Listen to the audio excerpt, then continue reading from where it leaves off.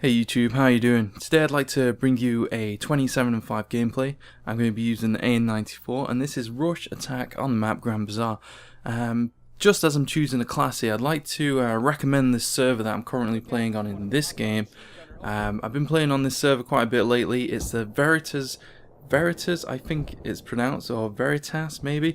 Anyway, you can see it in the description on the screen at the beginning of the video. It's a really great server. I've been playing in here a lot lately, and one of the admins was in there while I was playing. We were having a little chat. Well, our squad was having a little chat with him, and they seem pretty decent guys.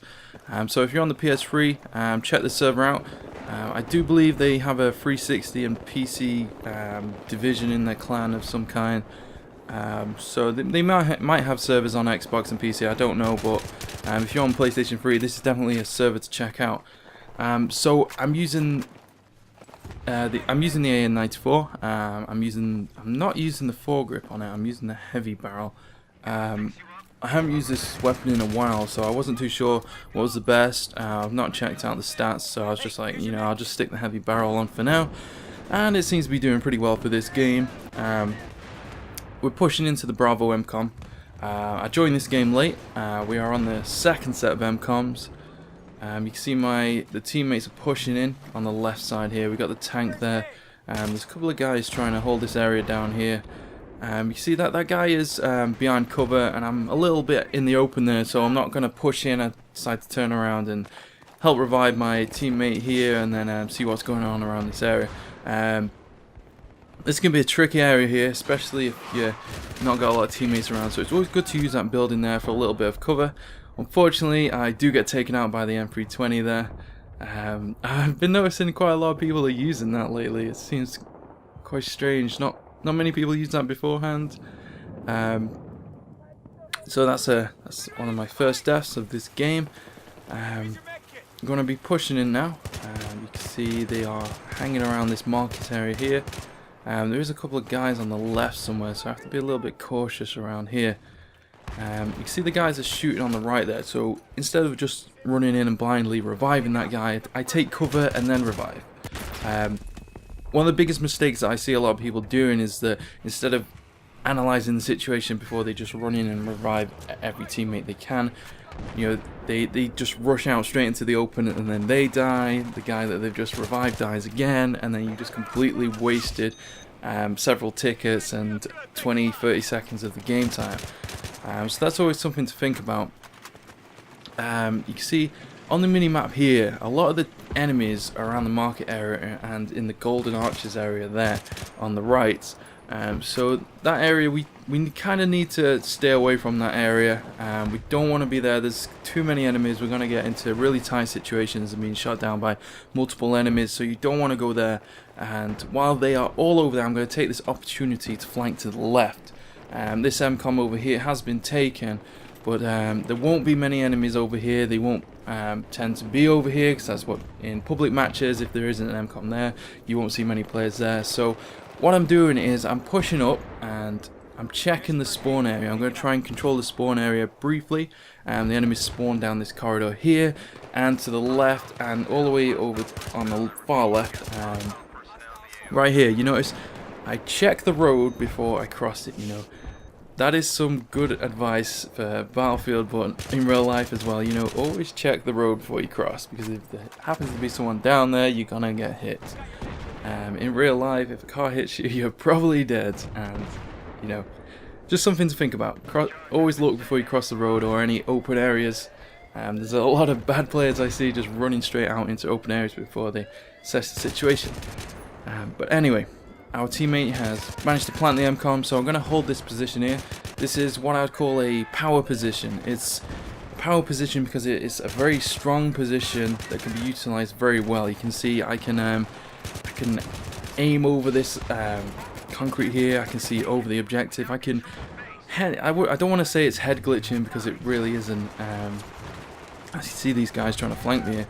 I don't like the term head glitching, because no, I don't like the term. I don't think it's a right term. I think there is, animation and character animations are an issue. But when someone is only peeking their head out, you do have that advantage of only having to shoot their head. So if you manage to just quickly burst fire 2 shots and land them straight on the head, that's it, they're dead, you know. But I don't really want to get into that now. That's for another video. I prefer to learn how to counter those who are going to sit behind objects and only have their head peeking out, rather than just whine about it. There's a hell of a lot of whining about players' tactics, not just head glitching, if you want to call that, but when people are playing defensively, you know, there's a lot of people whining about that, and it really grinds my gears. I don't understand why a lot of people whine about it. Why not learn how to counter it and be ready for people who are going to do that, you know? Just something, you know, just... I really hate this, I'm going to go off topic here right now, but I really hate this idea that players shouldn't be playing defensively, or everyone should be rushing, you know. That seems to be a mindset that tends to be in the Call of Duty scene. You know, when I play Call of Duty, and I've been playing Call of Duty for the past few years, there's a real mindset that everyone should be rushing or playing aggressively, and if you just happen to be ADS, you know, you're a camper and all this, and people will go, they'll shout at you and all that, and I don't like that. I really don't like that idea, and you know, I think we should be more mature in how we approach the game, and we should be learning how to counter the ways people play and not whining about it. I mean, it's very valid if something is overpowered or glitching, you know, that's very valid to complain about and criticize. But when someone is exposing their head, you know, you can counter it. It's very easy to do so. But anyway, that's all I want to say about that. It kind of grinds my gears. So, but anyway, our teammates have taken the Bravo MCOM. We're going in for the Alpha MCOM here. We got the tank there. He's shooting guys down there, so that's why I just rushed straight over the road there. I kind of know that they're going to be distracted and not going to be paying attention. Unfortunately, I did not see that guy on the right side of the bridge there, which is unfortunate. That's a really that's a power position right there in itself. You get a great overlook on the map area there, but you are quite vulnerable. So I'm just looking around here, seeing where I'm going to spawn on this guy. A little risky, but I really want to help my teammates out here. So, you know, sometimes, you know, it's best to see what's going on and then decide to spawn. But in other games, you know, you want to push in hard. Notice, did you see the guy down the back there underneath that doorway? You know, I'm not focusing on him, but I know that he's coming around. You can see I'm looking for him there, and I know, check this out, there he is. You know, that's situational awareness there. You know, I didn't act quickly on that guy because I was more concerned with the close range engagements that were going on, but as soon as that area was clear, I decided to pull back and managed to get that guy as he's flanking around and catch him out. That's always something to think about. You know, you don't have to act as quickly, you don't have to be really quick and act, you know, right now. You can postpone an event if it's, you know, too far out, like that was there. So we're coming up to the final set of MCOMs now. I'm not taking the standard route on the left side. We're going to be pushing on the right side here. This guy in my squad, he turns around. I don't think he knows the flanking route is here. Going down the left side through the kitchen there is a pretty bad idea. You'll often see someone ADS waiting for you to come down there. So I tend to go this route here. I'm not using any suppressors, so taking this route can be risky, but at the same time, you know, it will draw out the people that are playing defensively around this area. My aim is a little bad here. You can see on the mini-map there is a guy on the right there, but unfortunately I ran out. I was a bit too far in the open here, and I managed to get shot by a guy on the left as well. So a little bit of bad play on my part there. I should have waited for one of those guys to appear rather than just run out straight into the open. But these things happen. You can see my teammates. I can either spawn on this guy at the back or the guy at the front. I take the risk and spawn on this guy right here. I'm not going to be planting the Bravo MCOM though. I could do.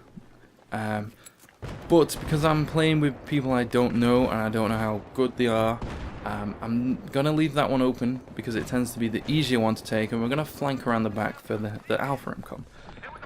This guy here, you know, I thought he was going to get me, but nope.